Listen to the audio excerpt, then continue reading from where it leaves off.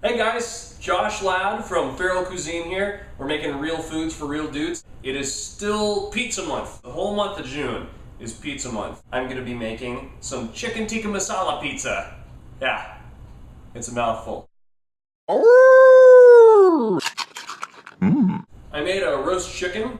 I'll put up a video sometime of how I do that. It's super easy. I love using leftover meat. Meat is one of the things that takes the most trouble. Wipe down everything afterwards. The meat juices don't leak all over everything. You get super bugs and die of like super salmonella. I cooked the chicken last night for another meal, so now I can just pick that meat off that carcass. Did you know that chicken tikka masala was actually invented in Scotland? It's not real Indian food. We don't have to worry about authenticity. I never do anyway. I'm American. Cream, tomato paste, onion, garlic. How much garlic? Some garlic. Probably a lot of garlic. A lot of spices. I'm gonna throw in whatever looks like it might be good. I'm going just for something that's rich tasting and maybe a little bit spicy. Bay leaves, cumin, annatto, allspice, cinnamon, and nutmeg, and also sumac. Chop up my onion. Big Ed going here. Listen to that fine music. You know what life was saved by rock and roll. I'm gonna get it.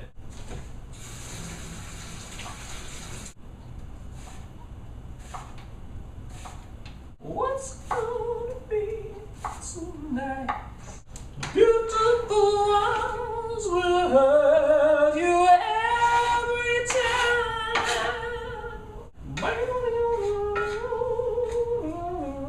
I'm gonna mix up my spice mixture. I'm not really gonna measure stuff. I'm just gonna throw junk in there. It's gonna be great. I forgot the secret ingredient. Ginger. Do you want him? Or do you want me? 'Cause I want you.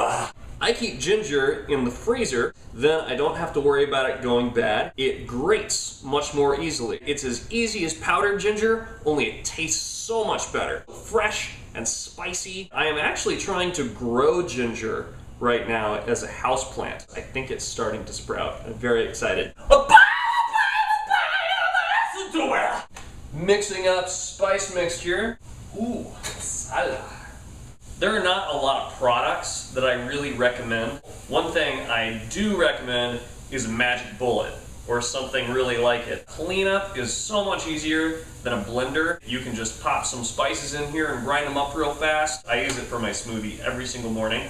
I've heard good things about the Ninja as well. I also heard you could do a magic bullet thing with just a mason jar and the blender. I tried it and it didn't work out so well for me. Your results may vary. Very bad.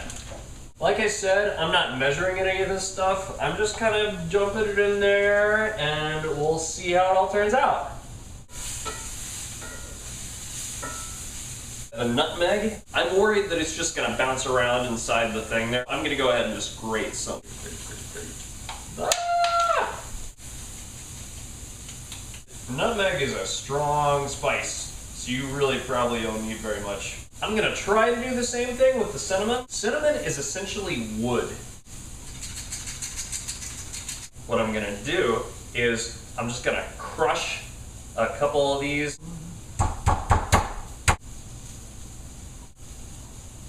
So I think what I'm gonna do is just toss a couple of whole sticks into the simmering brew and let that kind of infuse everything, and then take them out. I think that'll be the easiest way to do this.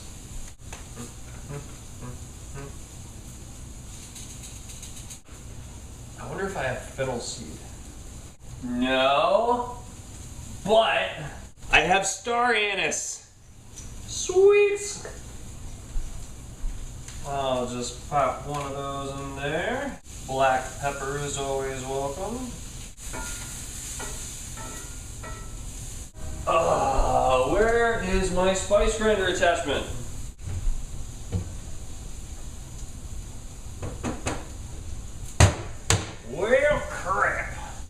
just saw it.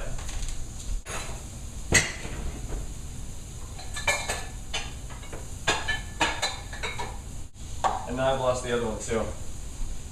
We'll see how this one does.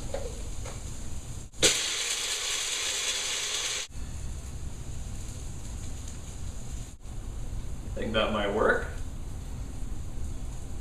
Smells rich and delicious. My onions are getting nice and brown, which means I better go ahead and chop up my garlic.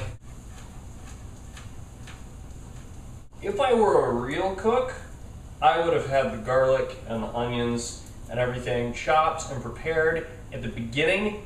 Who can plan their whole life? You know, cooking is like life. Sometimes the onions are burning and you're holding a sharp knife. I don't really know where I was going with that. Ginger, ginger, ginger. I never measure the ginger. I just use a lot.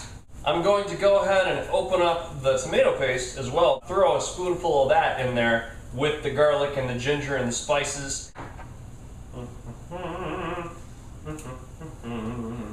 Rinse off your microplane as soon as you're done using it. It takes like 2 seconds. Meanwhile, during those 2 seconds, your onions are totally burning. They're not dead yet. Almost mostly dead. All right, ginger and garlic. Boom. In there, a hefty dose of spices. Tomato paste. 1 more spoonful. Just mix that around until it smells frickin' delicious. Woo! Alright, dumping in some cream. Ah, check that out. Beautiful, beautiful, beautiful. I'm almost out of cream. Should've gone to the store yesterday. Probably gonna need a little salt, maybe a little bit more of the spices. Definitely some salt. A little something spicy, and I think we'll be in business. A little crushed red pepper here. All right. Now we got our sauce. I'm just gonna shred up the remains of the chicken and mix it all up in there.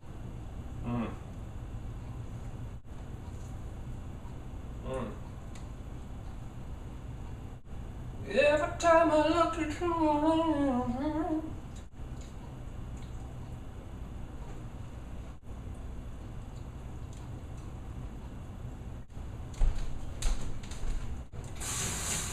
Mix it up. Measurements on a piece of paper, measurements on a screen are never going to substitute for the power of your tongue. A little bit more salt, a little bit more of the spice.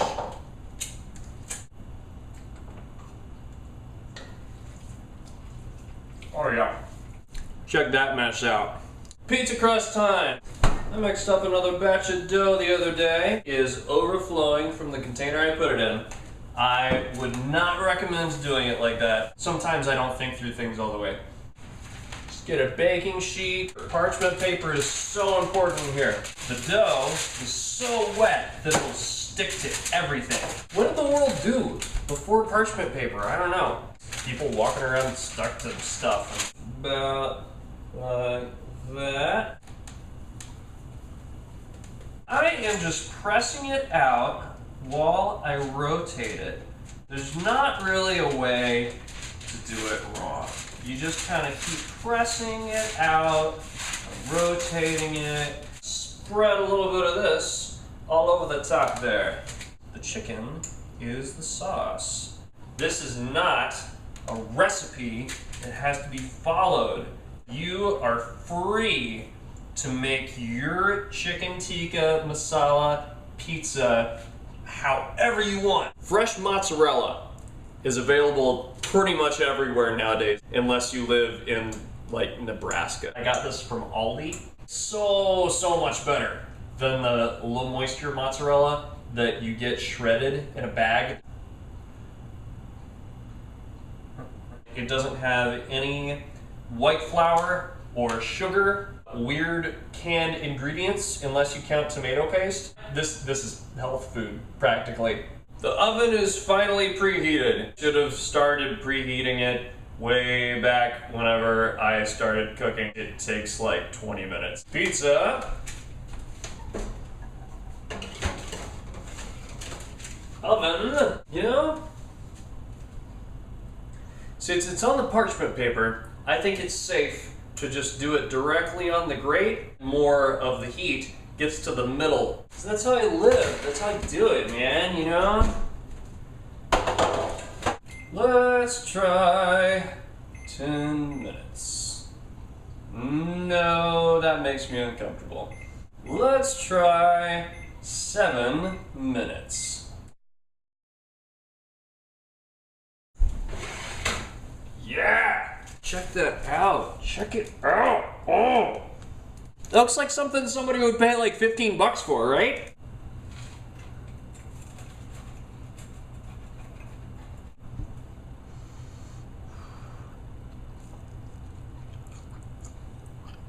Oh, damn, that is good.